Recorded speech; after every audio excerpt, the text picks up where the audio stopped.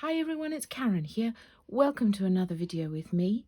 And today I'm going to share with you how I created this super bright but simple card using a gel plate background. I've got the squarely gel plate. I've got a couple of stencils in the background. I've got the gorgeous colours in Distress Oxides. I've got mustard seeds, seedless preserve, peacock feathers, spiced marmalade, prize ribbon, and then Versafine Clairs I'm using Charming Pink, Warm Breeze and Verdant.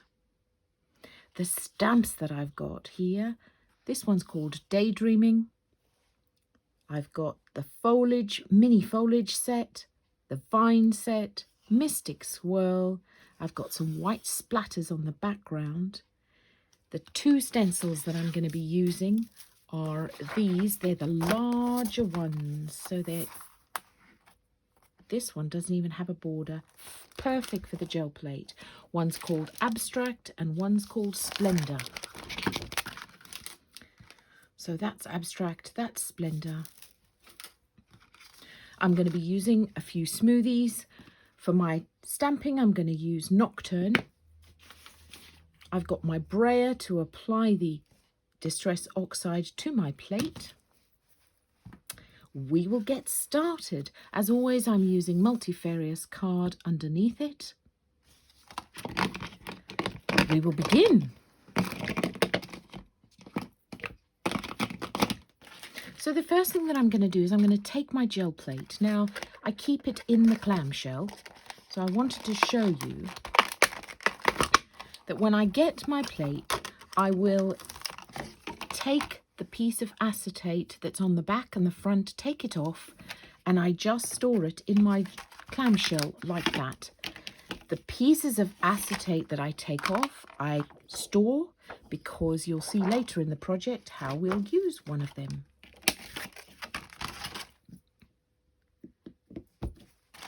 So there we have it. I'm going to take my brayer and I'm going to start with mustard seed.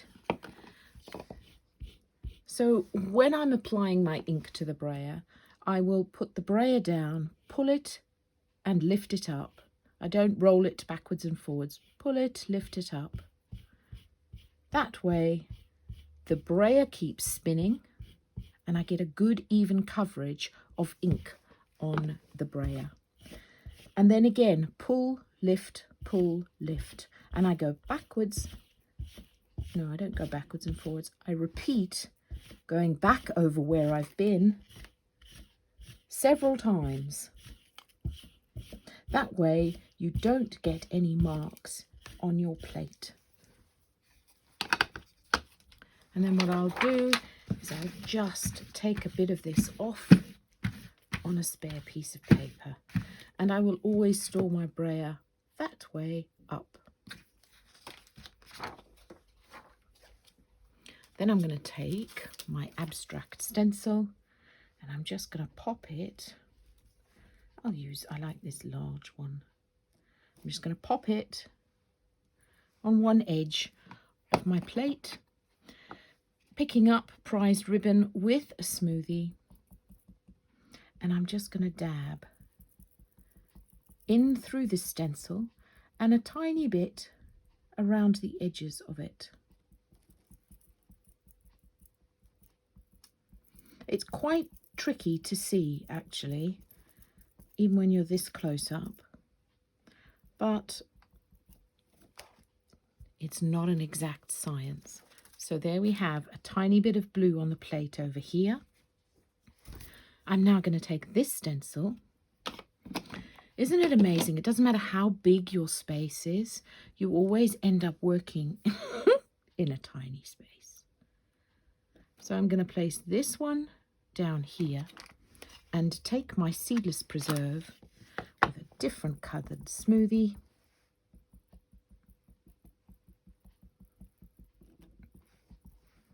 And I'm going to do the same. Just tap, tap, tap over the stencil so that we can get a nice bit of colour when we take the print.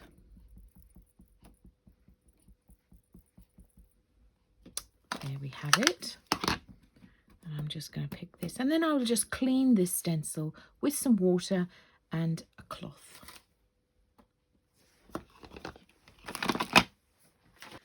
So picking up my piece of card, I always like to have a piece of card that's slightly bigger than the gel plate. This one's a lot bigger, but never mind. Just going to pop it down.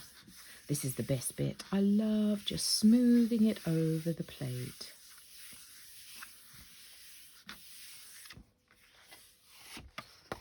And then you've got this lovely application of colour in the background.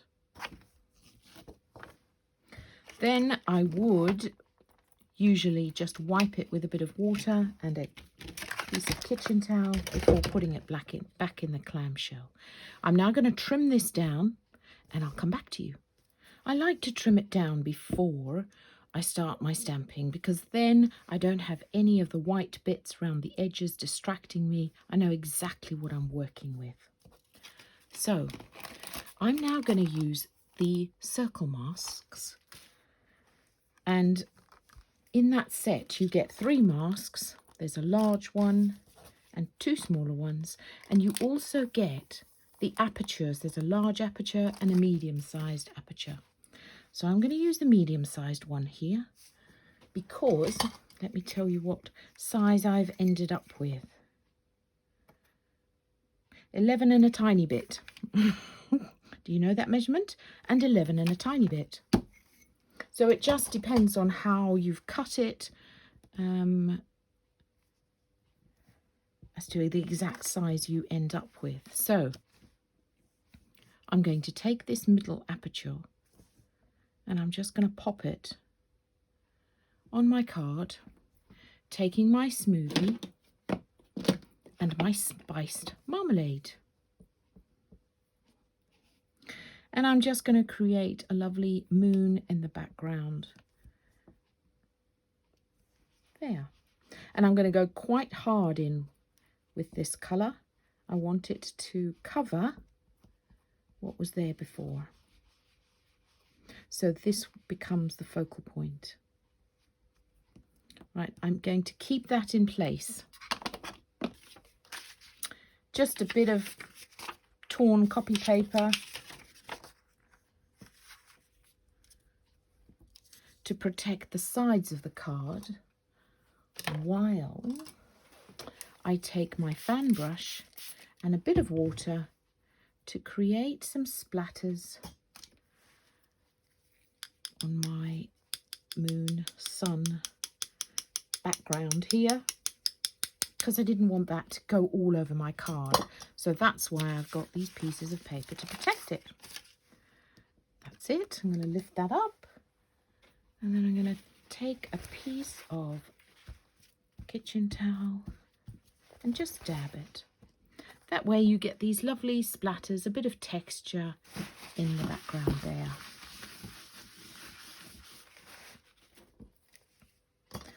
And always I'll clean my stencil off before moving on, and that way the next time I come to pick it up, I know it's clean. Then I'm going to stamp my Daydreaming Fairy in the centre, and for this, because I've got a bit of texture happening in the background, I am going to use my stamping platform today.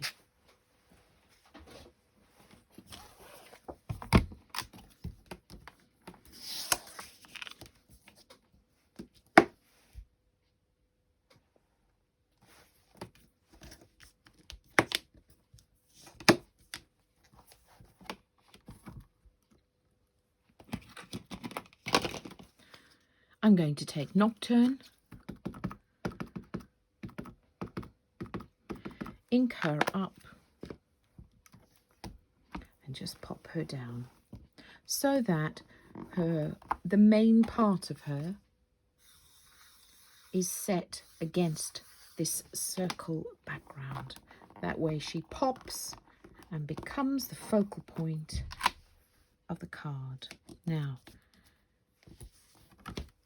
as I said, that's why I'm using my stamping platform.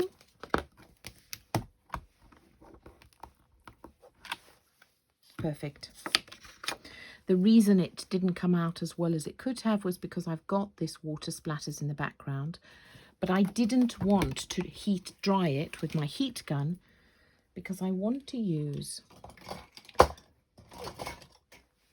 paintbrush and some water and just bleach out some of this background behind this toadstool.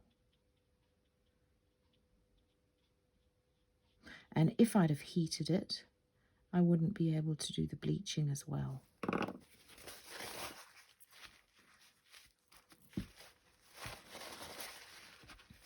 So I'm going to let that dry and come back to you.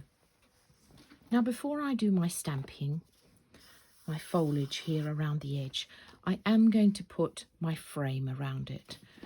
Now, something happened to my video. It just stopped halfway through and I was carrying on because I thought you were with me. So here we are. What I did was I left you last where I had just stamped Daydreaming onto my card. I then took my smoothie with my peacock feathers. This was one of the first colours I ever bought. I love it.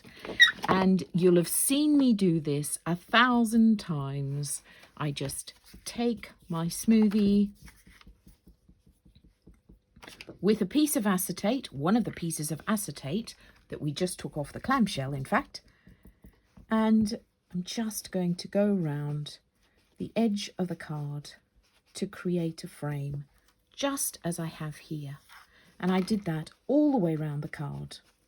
I wanted to do that frame before I did my stamping. Usually I do it afterwards, but because this is such a delicate stamp, I just didn't want to smudge any of that beautiful flourish.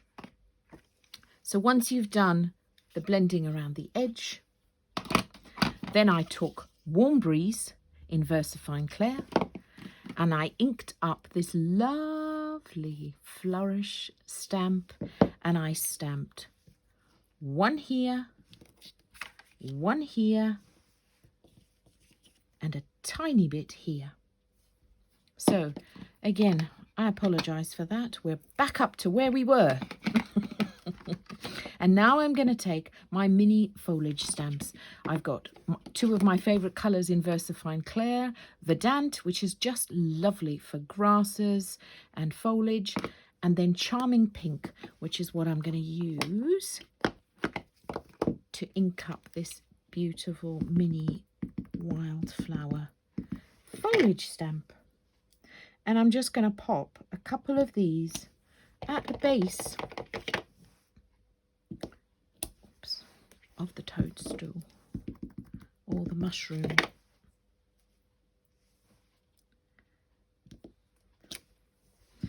And I do like to take my stamp pad to my stamp and not the other way around.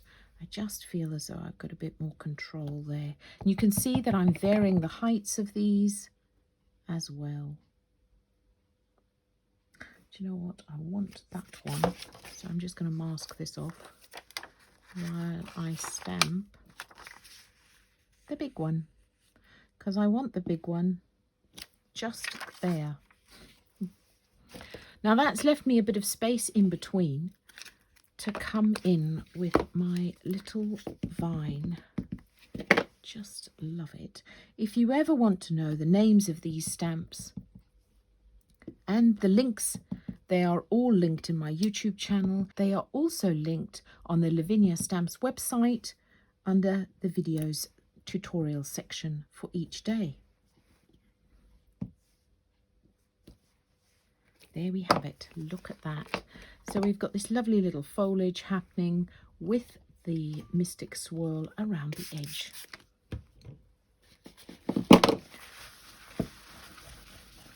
And then last but not least, I'm going to create some white splatters around the card.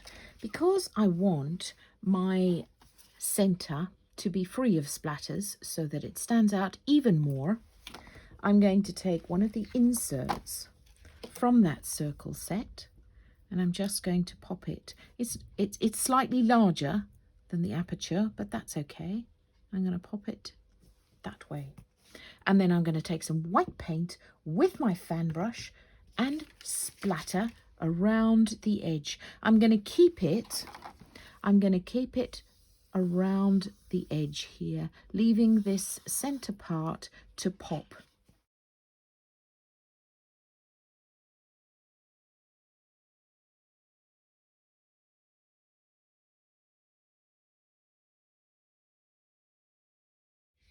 And so there we have it. The last thing I will do is put a tiny bit of glitter on her wings. Thanks so much for watching. Thanks for being here. I'd love to see your makes. And I'll be back again soon. Bye for now.